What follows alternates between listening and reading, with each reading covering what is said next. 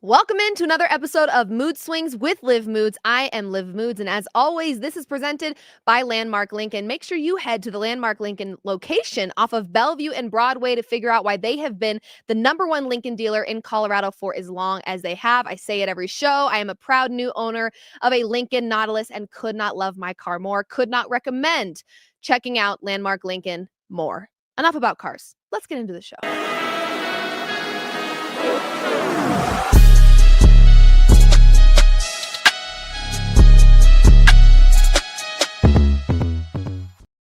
Welcome in, everyone, to another episode of Mood Swings with Liv Moods on this Victory Monday. Guys, what will we do? What will we do besides celebrate on this show? I'm going to really quickly tweet to everyone. I am live. Come hang on this Victory Monday. Woo! Okay, we had to let the people know. Now we're here. Am I going to sugarcoat things to make it more comfortable for my Chiefs fan producer? I will not! Of course I will not. We are here on a Victory Monday after another win by the Denver Broncos. That's 8 straight for the Denver Broncos, who now have a 9-2 record, sitting still at the top of the AFC West after the Chargers lose, the Chiefs lose, the Raiders are the Raiders. The Broncos still owning the AFC West, despite the haters constantly trying to downplay or disrespect this football team. They still managed to find a way. We're going to get into all things Broncos in just a moment. But first, I'm going to start this show by kind of having a hot take here. Forgive me for this, and it may sound biased, but it's unfortunately the truth right now. Denver, Colorado is the best sports city in the country right now. Yes! Forget about Boston. Forget about New York. I don't care. This is the best sports city in the country, and I'm going to tell you why. The Denver Broncos, the Denver Nuggets, the Colorado Avalanche have all won a combined 21 games in a row. I was just talking to our hockey analysts here at Guerrilla Sports. This is there's a really likely chance that the Avs win it all this year. You could make a case for the Denver Nuggets winning it all this year. The Broncos are sitting in a really great spot to make a potential Super Bowl run. This is possibly the greatest sports city to live in this current moment. Shout out Denver. Shout out small market Denver that everyone said, oh, watching the Nuggets in the finals is so boring. Nobody cares about Denver sports. Oh, we care. We absolutely care, and you should start caring. Maybe if your team cared more, then the Avs wouldn't be undefeated at home in regulation. The Nuggets wouldn't be undefeated at home, and neither would the Denver Broncos, but they are. I don't make the rules, guys. I just follow them. Shout out Denver, the best sports city currently as it stands based on how these teams are performing. Let's start with the Avs, okay? Liv Moods talking hockey? Yes. There was also just a pig that flew over my head. You can't see it. It's not on camera, but it did happen. Okay. They're the number 1 team in the NHL right now, the Colorado Avalanche. Just 1 regulation loss through 19 games. Most goals for the NHL. Fewest goals against the Avs in the NHL. Offense, defense, okay. We love to see it. They've got it on both sides here, both sides of the ice. We love to see it. Nathan MacKinnon leads the league in goals at 14. Martin Necas, yes, I did ask how to pronounce that name because I did not want to botch it, is second with 13 goals. You've got the 2 leading scorers in the NHL that are both playing for the Colorado Avalanche. My God. Nathan MacKinnon also leads the league in total points, which is goals plus assists at 33. Cale Makar leads all NHL defensemen in points at 25, and Scott Wedgewood, the goalie, leads the league in wins at 11. Guys, this is incredible. Not only do you get to watch the Avs dominate in Ball Arena, you also get to watch the Nuggets. Let's get into them. Second in the West behind OKC, and we know the Western Conference is the most competitive conference in the NBA. Third in points per game, 5th in rebounds per game, 5th in also assists per game, 1st in field goal percentage, 2nd in free throw percentage. They're 10-2. They're undefeated at home. And they've got Nikola Jokic, the best player in the world, playing the best he's ever played. Oh my God. There's a real chance the Denver Nuggets could win it all. Yes, I believe that. And that absolutely is true. And that leads me now to the third team we've got to talk about here in Denver that is tearing it up and has led me to wear this sick jacket on this Victory Monday. Yes, you guys always ask where I get my jackets, my sweatshirts, my crew necks, all the things. I'm typically looking for apparel that not everybody has. Like, I'm not afraid to go to like a website or a Facebook marketplace where things are used and I can, wash it and clean it up and do all the things. I like the vintage look. So not always am I going to be able to give you guys a link. I can't quite remember where I got this one either, but all I know is I love it. And it was absolutely mandatory that I wore it for this Victory Monday. Let's get into the Denver Broncos, shall we? So first, I'm going to talk to the haters, perhaps. I think they need a moment today. Don't we think? Don't we think the haters need a quick little moment? Yeah, let's get into that. Haters, this one's for you. If you're not a Broncos hater, keep scrolling. This one's not for you, but this is for the haters. For those of you that are so worried about the Broncos point differential and so worried about just how many one-score wins the Broncos have, and how close these games are and how they're not winning convincingly. Let me also remind you, the same can be said for the Denver Broncos' 2 losses that they have on this season. Their 2 losses are by a combined 4 points. 4. So keep that same energy. That's going to be the theme of today's show. Keep that same energy. If you're going to talk about how close they're winning by, make sure you also talk about the fact that the only 2 losses they have on the season are by a combined 4 points. Time expiring, losing by a field goal to both the Colts and the Chargers. This team really could be 11-0. Now, what we also need to discuss is that no team that wins 8 straight games, that's sitting at 9-2, just has luck on their side. Let's throw that narrative in the trash can immediately. Because you don't know ball if you think it's just luck, and that's why the Denver Broncos are winning. Have you watched their defense by chance? Did you see how rattled they made Patrick Mahomes, the best quarterback in the league, look just yesterday? Did you watch the football game? Are you really a ball knower if you think it's only luck that is getting the Broncos to where they're at? Give me a break. This is elite championship level defense, and anyone that knows ball knows that. This isn't just luck. Frankly, a team that's 9-2 that's winning 8 straight football games, that's not just luck. You can't tell me that team doesn't have any level of talent or skill. Please, be so for real. Another thing I want to talk about really quick as it pertains to yesterday's game is the Chiefs' glazing stops now. Frankly, it should have stopped yesterday. Even the day before that, or the week before that even. Maybe even a month before that even. Yeah, the Chiefs' glazing stops now. And I'm going to tell you why. Entering week 11 with a 5-4 record, the Chiefs were the favorite to win the Super Bowl. Please. Are we done? Aren't we tired? Aren't we tired of this? Quit shoving it down my throat. I'm over it, okay? The Chiefs are 0-5 versus playoff teams, and some of you out there still want to find a way to convince me that they're better than the Denver Broncos? How so? They got beat by the Denver Broncos.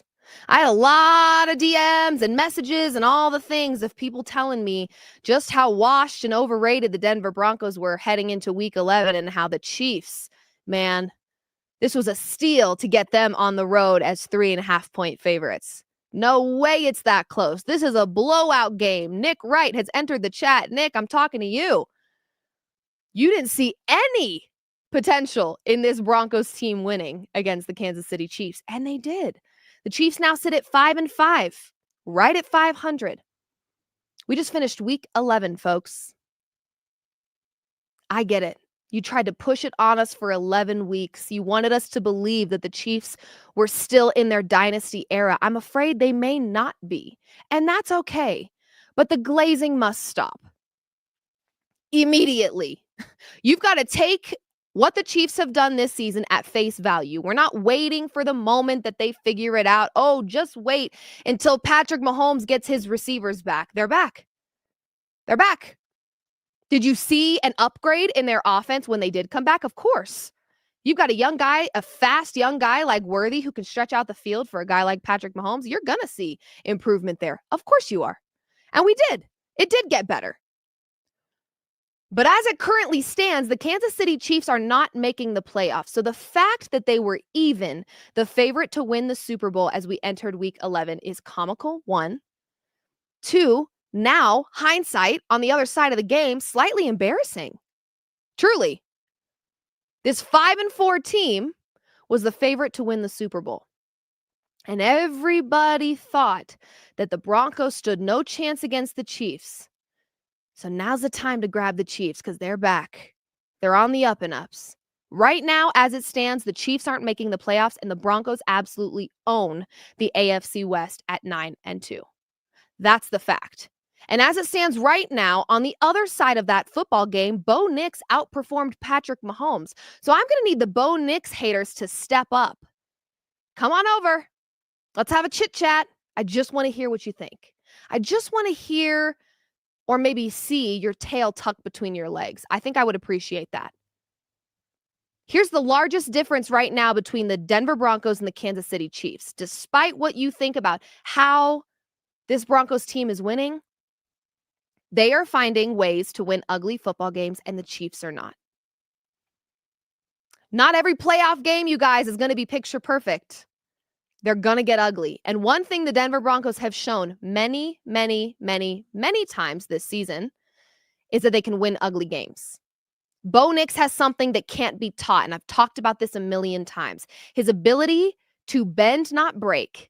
His ability to stay calm under pressure. His ability to forget and move on and finish the game the best way he knows how is not being discussed enough. It's not. We're not talking about it enough. So let's lay the Bo Nix hate to rest, shall we? I think you look silly at this point.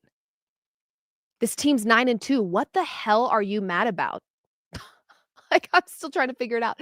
When people are on their accounts online and they're dragging Bo's name through the mud, I'm like, what are you mad about? What is pissing you off so badly about right now? Because I don't see the problem. This team is winning. This team has the best record alongside the New England Patriots in the league. Bo, when he needs to show up, he does. And he does so in a big way. I just saw this on my timeline, and now I'm going to read it to you so that you're fully aware of the effect that Bo Nix has on this Denver Broncos team. Despite the clickbaity bullshit that people spew all over their timelines, jumping on the Bo Nix hate train, it's no longer trendy and it's no longer cute. Frankly, it's ignorant and weird.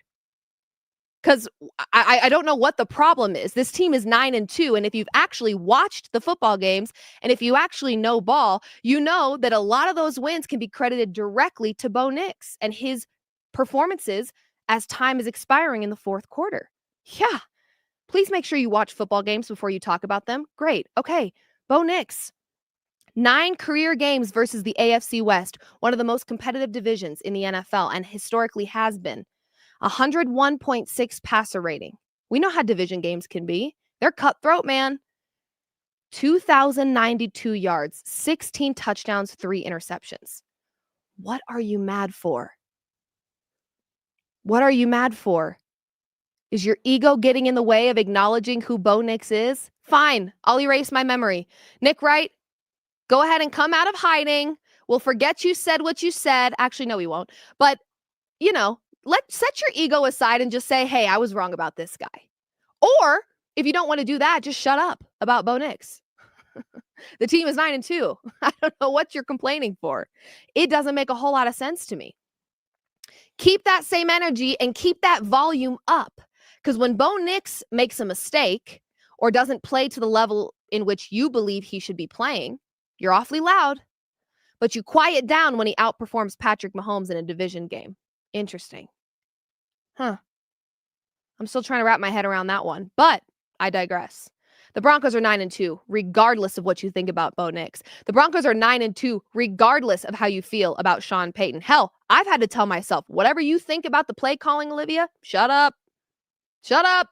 I mean, I still will speak on it because sometimes it doesn't make a whole lot of sense, and we know that. You know, we watch the games, we know that. But regardless of how you feel about Bo Nix, this Broncos team is still 9-2. Still comfortably at the top of the AFC West. Regardless of what you think with your magic ball that you predict the Broncos are going to look like in the playoffs, frankly, is irrelevant. They're 9-2, and currently they're sitting in a playoff spot, and the Chiefs are not. So let's lay it to bed, shall we? Thank you so kindly. I'm moving on for now, but you better believe we will circle back to the Denver Broncos.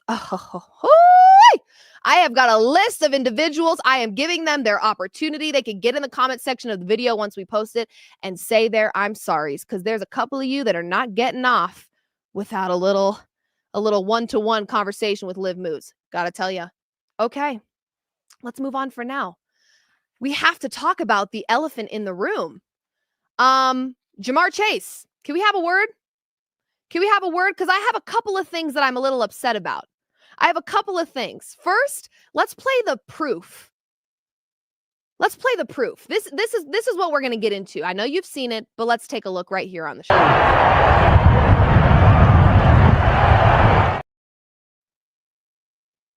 Let's do that one more time.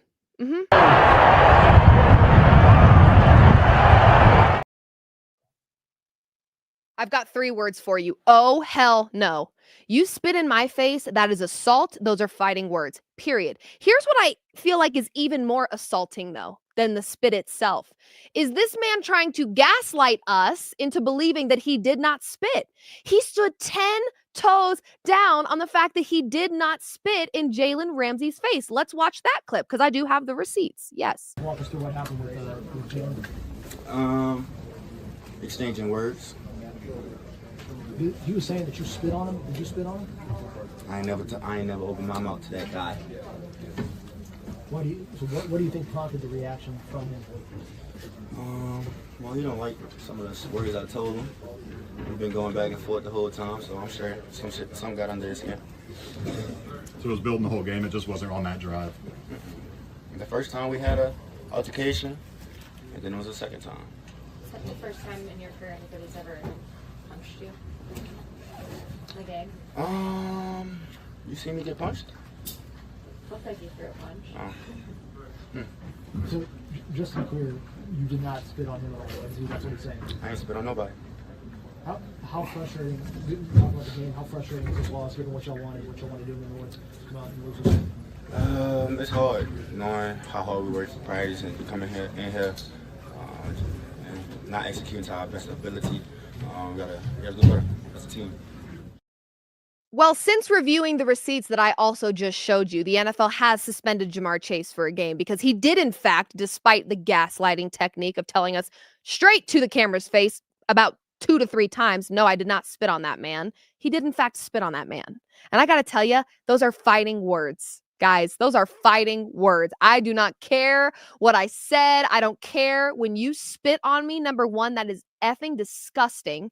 I can't think of something more gross. Like if a person spit on me, 1, I would be gagging, trying not to vomit everywhere. 2, that is absolutely fighting words. And frankly, it just lacks professionalism, Ja'Marr, because you knew how that would end up. And you know how valuable you are to this team.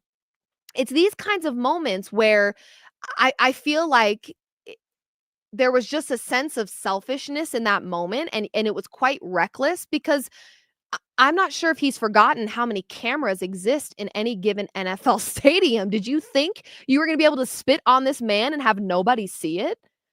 I mean, obviously you thought that, because you then proceeded to go to the locker room and stand 10 toes down and say, I didn't do it. I didn't spit on him. He tried to frame it like Jalen Ramsey was just being a little sissy and couldn't handle his insulting words. No, you spit on that man. And what's hard is that if you didn't see the spit, which in the first few clips that released, we didn't. We only saw Jalen Ramsey's reaction. It's like siblings, right? Where the little sibling, I can speak on this, I'm the oldest. Little siblings will poke and poke and poke and poke. And then your parents only see your reaction, your explosion to the poking.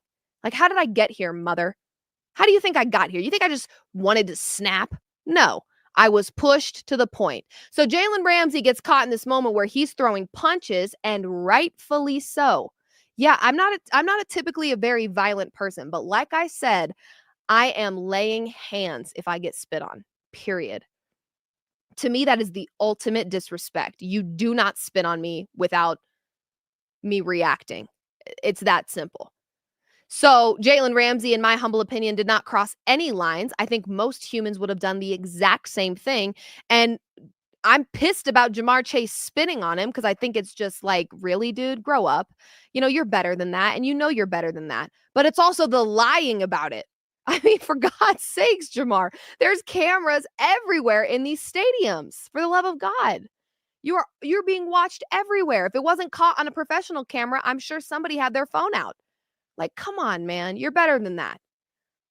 You got to be a leader. Sometimes that means biting your tongue or holding back your spit when you get frustrated. I'm sure Jalen Ramsey might have been poking the bear, but you reacted in a way that kind of made it go below the belt. So we can't have that. And then you tried to gaslight us. And that's what I'm honestly a little bit more pissed about. You gaslighted me. Because before I saw the proof, I was like, okay, he didn't spit on him. He said he didn't. More than once he said he didn't. So, okay. Innocent until proven guilty. You're guilty. We caught you in 4K. You spit on that man, and now you've been suspended. And now, ultimately, you're letting your team down. Was it worth it? Probably not. Okay, moving on. I want to talk a little bit about another player that I'm just kind of disappointed in right now. Jamar Chase, a little bit of disappointment there. Keon Coleman, same thing. Okay?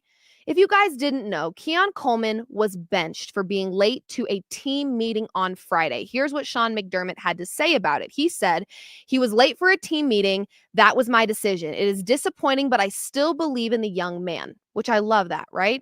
We get to a certain point and I have to do something. I believe he will learn from it. Let's watch this clip, though. This is pregame versus the Tampa Bay Buccaneers, which ended up being a very competitive game. This was Keon Coleman being benched during this game, so he's not playing. This is what he looked like ahead of the game starting. Let's check it out.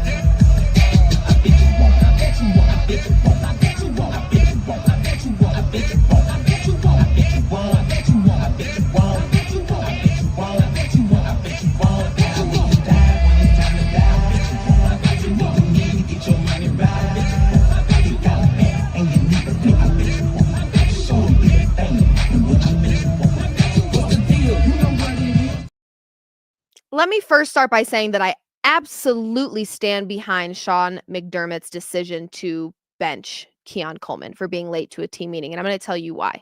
At the end of the day, this is a job. Okay? Jobs have requirements. There's certain things that you are expected to do as a part of your job.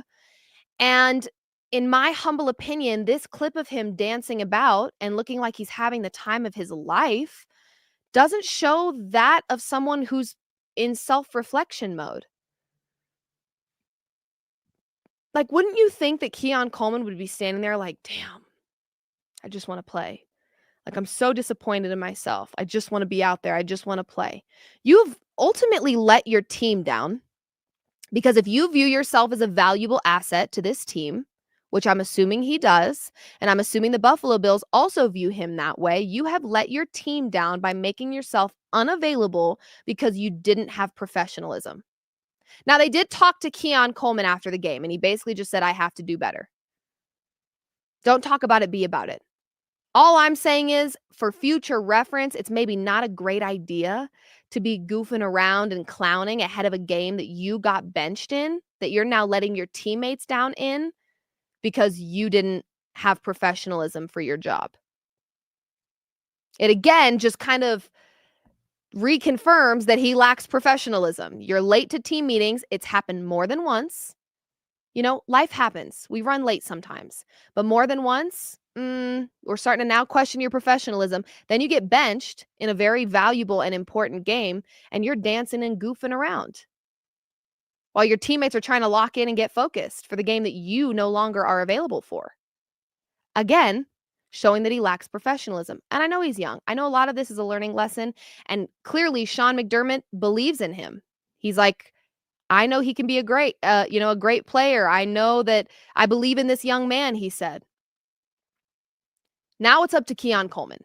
Now it's up to him. We did actually get to hear from his teammate, like I said, he did let his teammates down. He did. And this is one of his teammates, Dion, that had some words. I think this is from the locker room. I think he had some words to say about the Keon Coleman situation. So let's hear from him. I already spoke to him. When I spoke to Keon before in this game, and I told him, I said, bro, look, don't even worry about it. Everybody goes through a different journey, right? Let's just say that this is the last time, and let's just move forward. And he said, I'm with you. That's all and we need, right? Like, nobody's perfect, but in this league, we need guys to come on. And Keon knows, right? Now he's in the hot seat, and he needs to come on and show up for us. Pats on the back are over with, and it's time for him to grow up, and he knows it. And as an older player on the team, we hold everybody accountable, and we shoot straight. We don't sugarcoat it, and the words were said to him, and he took it well. And we'll see how it goes in this week. But like I said in the beginning of the season, I'm in Keon's corner, man. Like, this league is hard. Being on time is hard.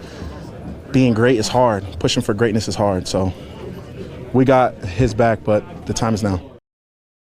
What a leader that the Bills have in Dion Dawkins. Honestly, that was like my first thought when I saw that video, was what a leader that they have. But he made a great point. It's time to grow up. This is a moment where I think every young player in any league has learning lessons, right? You're just figuring it out as you go, and there's a lot to learn and there's a lot to understand, but now is the moment where he is in the hot seat, and the video of him dancing around didn't really make anything any better. So now it's up to him. He either says, I need to be better, or he actually does better. So Keon, we're in your corner. We're rooting for you. I want the best for you, but now it's kind of up to you, and you have to understand that it's not just about you. It's about your team, and you ultimately let your team down. So now it's time to step up and make things right and be available to your team, because you are an asset to this team. Let's get into now my Where Do We Stand weekly standings. Yes. Where do we stand weekly standings? And like I said, we are circling back to the Denver Broncos, and there is a list of 4 individuals that I believe need to be ranked in terms of keeping that same energy, right? Who owes an apology to the Denver Broncos? We're going to start at 4 with Chiefs fans. Yes. Why, Liv? Why do Chiefs fans owe the Denver Broncos an apology? Well, maybe they just owe me an apology, because Chiefs fans ahead of the Week 11 matchup between the Denver Broncos and the Kansas City Chiefs were very, very confident, right? Which, all power to you, right? I love that you believe in your team. That's exactly how this should be. You should believe in your team to be great, especially when you have Patrick Mahomes. It's very easy to believe in your team when you have Patrick Mahomes, regardless of the outside circumstances. Patrick Mahomes alone is enough to make you believe, right? I get it. However, this is a keep the same energy type of conversation here, because following the Denver Broncos defeating the Kansas City Chiefs, I had a lot of Chiefs fans in the DMs, in the comments, sending a little Twitter tweet to my profile saying, oh, congrats, Liv. Oh, yeah, congrats. You beat a 5-4 team. Pause. So I can read you for filth. What did you just say? Oh, congrats. We beat a 5-4 team. Was it not the same 5-4 team that was the favorite to win the Super Bowl? Was it not the same 5-4 team that you said was going to blow out and embarrass the Denver Broncos? Keep the same energy. You don't get to switch up on your own team now. Stand true. Stand true to Chiefs Kingdom. Don't switch up. That's crazy. You just a week ago were feeling awfully confident and awfully comfortable about what your team was capable of. But now you want to say, oh, well, they're 5-4. They suck. So congrats. Your Broncos didn't even do anything. Really? The Broncos have now beaten both Super Bowl teams from last season. They beat the Philadelphia Eagles early this season, and they just beat the Kansas City Chiefs, who were the favorite to win the Super Bowl. Chiefs Kingdom, are you understanding now why the glazing is absurd? Do you get it? Are you understanding why people get so agitated with you? Because 1 second, you're saying we're the best 5-4 team. Watch out, be scared, beware, Broncos country. And then you lose the game and you say, well, I wouldn't get too comfortable because we're only 5-4. No. That 5-4 record carried a lot more weight before you knew how this game ended. Don't. So start saying your Los Cientos right now, because I've had enough. and I'm putting my foot down. Keep that same energy. And if you guys don't think that I'm not sitting behind the scenes bookmarking things, screenshotting things, you are sadly mistaken. Well, Liv, you probably have too much time on your hands. I have just enough time. I have just enough time to grab receipts to embarrass you. I promise I do. It takes me 1 second. Click. Volume up, power button, all at once. It takes me 1 millisecond to screenshot a receipt to hold over your head later. I promise you I've got them. I promise you I've got them. Okay? So we're not going to go there.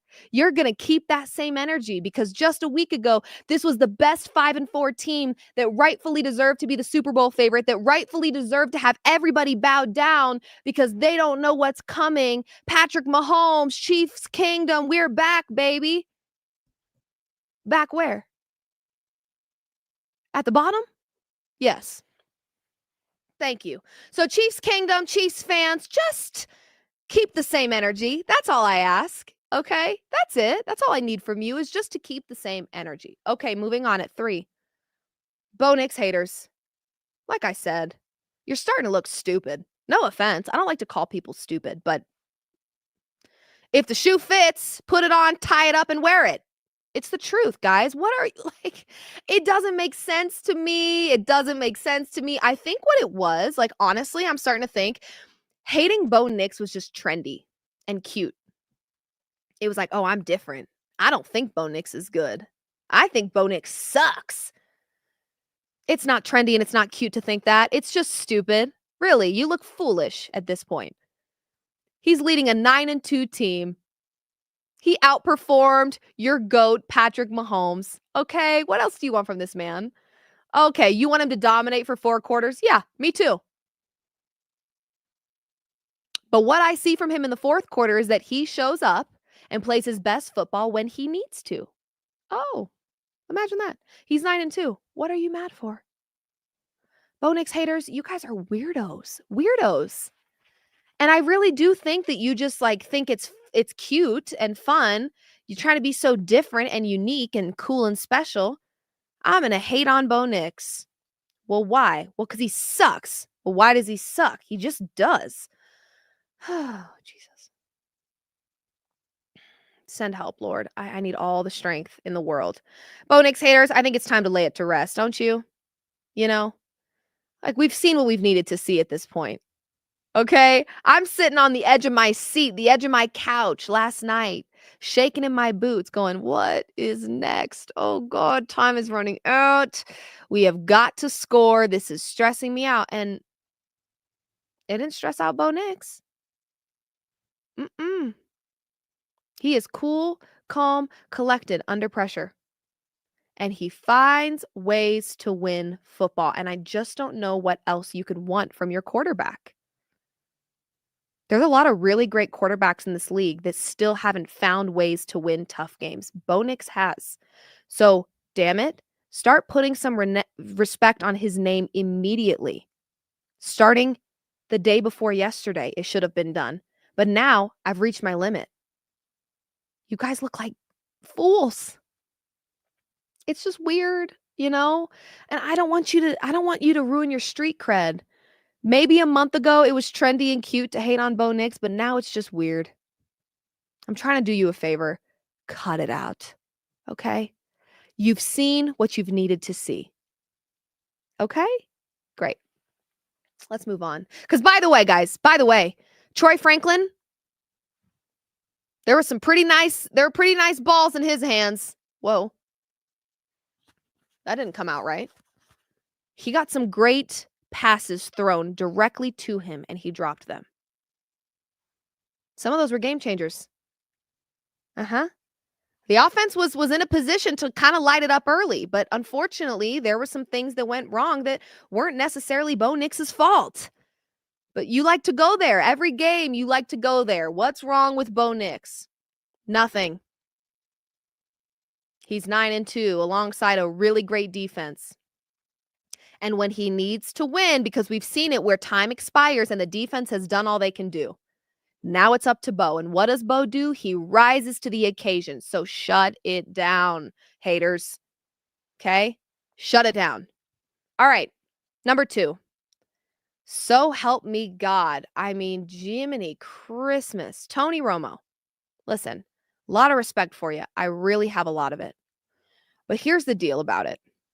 When I went to broadcasting school at TCU, shout out Horned Frogs, we were taught this little thing called like unbiased journalism and commentating. And it's very important, actually, unless you're specifically covering a team like I do. So I'm allowed to be as biased as I want right here on my own show, and I cover my own teams, right? There's a certain level of bias that you're not supposed to possess when you're commentating on a game. Also, Tony, I don't know if you know this, the Chiefs can't hear you glazing. They can't. I don't know if you're starving for attention or what, but they couldn't hear you. Only we could hear you. And you were really starting to get agitating. I mean, Bo Nix makes a great pass, and you have the audacity to say, Patrick Mahomes knows how much this game means. That dude's on the bench right now.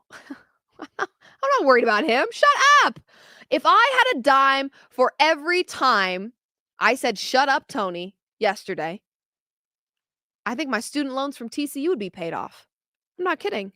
I couldn't stand it. I almost had to mute the television screen. I had a lot of people saying, hey, there's other ways to watch the game. And you're right. But in that moment, it was not that deep. I mean, it was. I was getting highly agitated. But yeah, for future reference, Tony, it sucks because your viewership's going down because nobody wants to hear you. You've also had this weird thing. I think every game that you've called versus the Broncos, you're just so anti-Broncos. And it's really obvious. So it was annoying beyond belief. It honestly kind of ruined my game experience because it just felt like you wanted so badly for the Broncos to screw up and they didn't. They didn't. They won. They won. I think there was only one thing that you said that I was like, oh, okay, yeah. And it was when Bo Nix made that pass to Troy Franklin. And you said that was a perfect pass. Yeah, it was. Outside of that, it was just a giant glazing session. And I don't even know if you're pro Chiefs or if you're just anti Broncos, but it's kind of starting to feel like you're just anti Broncos. And it's not. It's so unnecessary. Shut it down. It's hard to hear. It's hard to listen to. It was making my experience not pleasant. And by the way, watching the Broncos sometimes already isn't pleasant. I don't need you in my ear making it worse, honestly. So, Tony, please, I'm begging you. At one on the apology tour to the Denver Broncos, and you already know it's coming. For God's sakes, Nick, haven't you had enough? Haven't you had enough? Haven't you seen what you've needed to see? I hope at this point in time you can just acknowledge that you were wrong about the Denver Broncos. But I think what's really hard, Nick, is you started the season off feeling overly confident about the fact that the Broncos stood zero chance in the AFC West. They've been sitting at the top of the AFC West now for some time. And I think my problem is even 8-2, you refuse to give any acknowledgement to the good things that the Denver Broncos have been doing. So you mean to tell me nothing that the Denver Broncos have done to win 8 straight games has been good or positive? Feels like every time you talk about the Denver Broncos and or Bo Nix, it's all negative, which is strange to me because this is a team that's not only first in the AFC West, but also has a 9-2 record. The narrative that the Denver Broncos just keep getting lucky is like so tired. Like I'm so over it. Please. Like that just doesn't even that's not even common sense to say something like that. Okay? Because at the end of the day, are you not watching the defense play? Are you not watching the times where Bo Nix has to light it up with time expiring and does so? I mean, it's just weird. My beef with you right now, Nick, is not that you didn't believe in the Denver Broncos, because there's probably a lot of people out there that didn't. I think more so my beef is you keep trying to double and triple down, and they've now won 8 straight games. Like, what do you need, 9? You need 10 straight before you have any type of positive thing to say about the Denver Broncos? Or was it that you just needed to see them beat the Chiefs? Because again, that's where I flash it back to this weird glazing that we've got going on with the Chiefs. They were 5-4. Why is beating a 5-4 Chiefs team? Why is that the moment that you're like, okay, fine, I'll give the Broncos credit? I haven't been that impressed with the Kansas City Chiefs. I mean, sue me, but I really haven't. I don't know why this game specifically is the turning point. If the Chiefs were 10-0 going into this game, then yeah, this would be the win that the Broncos show what they're made of. But the Chiefs were not in that position going into this game. So I just don't know why it took the Broncos beating a 5-4 Chiefs team to persuade people that the Broncos are good and worth some positive feedback. Again, it's this glazing thing that's going on. It's just weird. It's weird. I don't understand it. But Nick Wright, you know you owe an apology to Bo Nix. Actually, not even Bo Nix, because Bo Nix, one of the best things about him is he drowns out the noise. He doesn't care. He deletes social media. He's like not paying attention to things that are negative and only bring him down. He doesn't care. And God bless him for that. So, Nick, I know those Twitter fingers work, Nick. I've seen them. Get to work now. And I know you made a tweet there about, oh, I was wrong. The Broncos played better in this game. Well, yeah, that's common sense. But now maybe go back and break down all the wins they've had and find something positive to say about them. Please, man, it's not that hard. They're 9-2. I'm sure you can find a lot of positive things to say about them. I'm just saying. Okay. I think that does it for my Where Do We Stand weekly standings. And the last segment that we've got is Driven Opinions. But before we get into that, you guys know this show is presented by Landmark Lincoln. And our friends over at Landmark Lincoln are doing something very special and very cool this holiday season. So let's check out with them. Do we have that, Andy? Okay, we don't actually have that clip, but if you guys did not know, Drive for a Cause this holiday season is kind of what Landmark Lincoln is committing to right now. This November and December, Landmark Lincoln is proud to support St. Jude Children's Research Hospital. For every vehicle sold, Landmark Lincoln will be donating $250 to help fund life-saving research and care. Make a difference while driving away in something you love. Like I said, you got to get over there to Landmark Lincoln off of Bellevue and Broadway and join the movement. I love what they're doing. I mean, we don't have enough research and funding towards childhood cancer. So shout out to Landmark Lincoln for what they're doing this holiday season, and make sure you head over there and check out some of those cars if you're in the need or in the department for a new vehicle. Let's move on to Driven Opinions. And you guys know what this segment's all about. It's one of my favorites. I take a backseat. The backseat is a hot seat, and it's all gas, no brakes on hot takes. My producer comes up with prompts and questions and things to discuss with me. I have no idea what they are. So let's get into it. And this is driven by, yet again, Landmark Lincoln.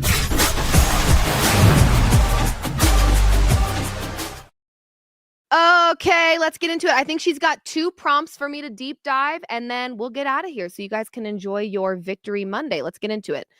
First one is, you're allowed to throw one...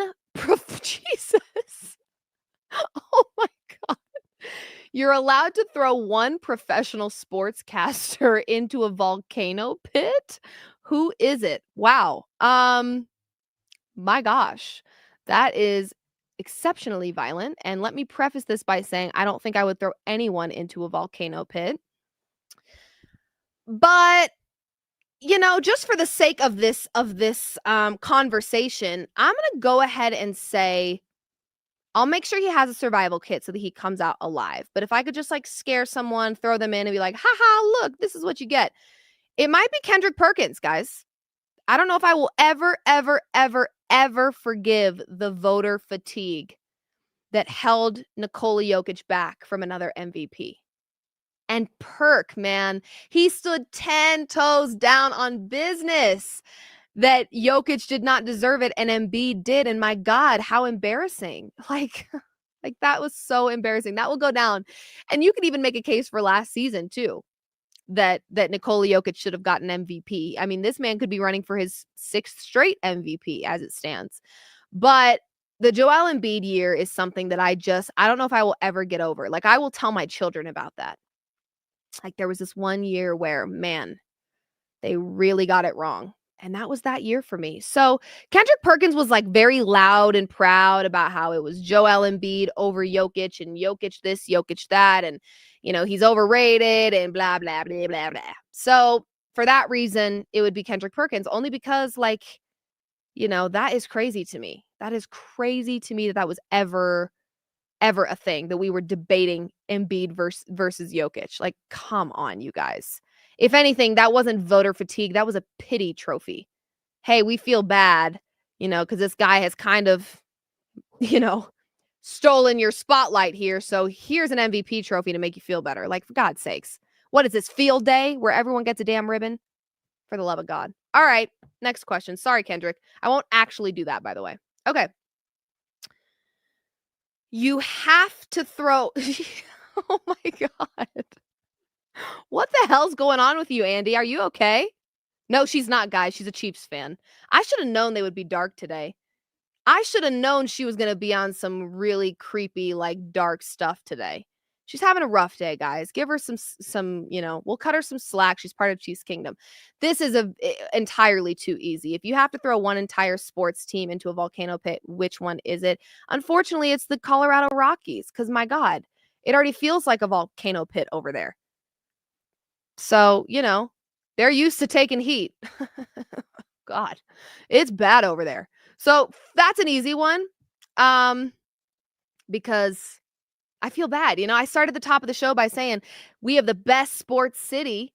And, the only thing missing is a freaking baseball team that we actually enjoy watching. It sucks because Coors Field is a freaking awesome stadium. It's beautiful. I've been there a couple of times where the sun sets and it's just perfect over the mountains and it's just beautiful. And do I go to baseball games from time to time? I do. Why? Not to watch the Rockies. Nope. I go to get a glizzy. I go to get a beer. I go to get some freaking Cracker Jacks. I go to get Dippin' Dots. I mean, you name it. I'm there. And I'm like a human vacuum in that place. But I'm certainly not there to watch the team. So this one feels a little too easy because the Rockies they need some work. But it sounds like they're making some changes with the front office and the ownership and all the things. So hopefully, I would love to have a team that makes it to the MLB playoffs, because I'm not a huge baseball girl, but I did watch some of the playoffs this year and it was lit. It was. I was like, come on, man. How sick would it be if Denver had a team that you're like, yes. We don't have that. So this one's entirely too easy because they're just rough over there. But hopefully on the up and ups. Okay, guys? All right, well, that concludes another episode of Mood Swings with Liv Moods. I'm Liv Moods, signing off for now. We will be live again Friday, 4 p.m. Mountain Time for another episode of Mood Swings. Make sure you follow Guerrilla Sports on all things social so you don't miss any of our shows or wonderful coverage. We cover the Avs. We cover the Rockies even. We cover the Nuggets. We cover the Broncos. We've got you covered. And the Colorado Buffaloes as well. So we've got you covered pretty much everywhere as it pertains to Denver sports. So make sure you're following us on all things socials. And of course, as always, this has been presented by Landmark Lincoln. Shout out to our friends over at Landmark Lincoln. Head to their location off of Bellevue and Broadway, not only to check out their cars, but to maybe be a part of their drive for a cause this holiday season, where they are donating $250 for every car sold towards life-saving research for childhood cancer.